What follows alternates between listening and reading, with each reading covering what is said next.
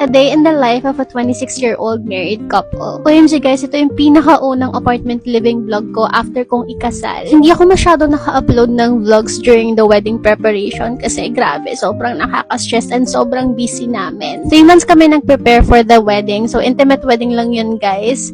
And the whole 3 months, hindi ako halos nakapag-upload ng vlogs. Meron lang ako mga ilang TikTok affiliate content. Before ako nag-wedding prep, I remember 6,000 followers na tong Chains card ko.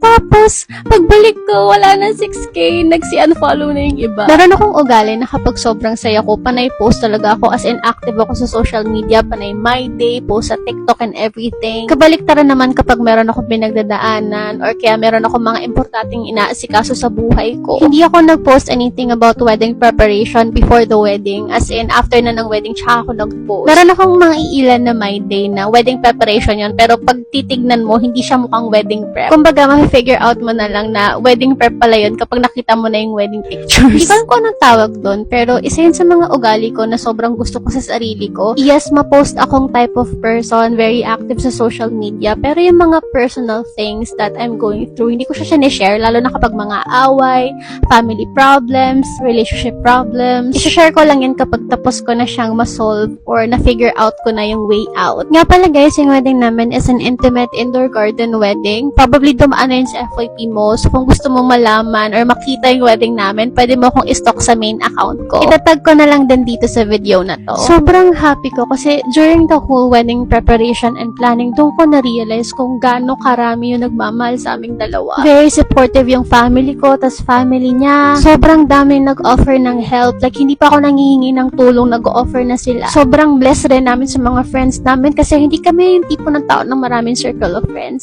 Like, very few lang from college, elementary, high school. Pero yung lahat ng yun guys, grabe, tumulong talaga and sobrang maaasahan. At first, we're a little bit worried kasi baka mamaya merong mga guests na magtampo kasi hindi sila pwede magdala ng +1 since 40 packs lang yung guest namin. Pero ayun, buti na lang lahat ng in-invite namin, super duper understanding. Talagang na-respect nila yung decision namin.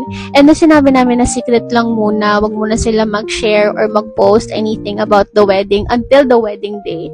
Like, talagang ginawa nila as in. Wala pang 200,000 pesos yun ang gastos namin pero na-achieve talaga namin yung gusto naming vibe ng wedding which is intimate indoor garden. For us, medyo mahal yon kasi pinag-ipunan talaga namin. Pero pag nakita namin yung mga pictures, sobrang worth it. As in, sobrang saya ng araw na yon. Ang ganda-ganda. Never in my life na ma-imagine ko na ganun kaganda yung wedding ko. Like, sobrang na-heal nun yung inner child ko. And we really waited for that special day kasi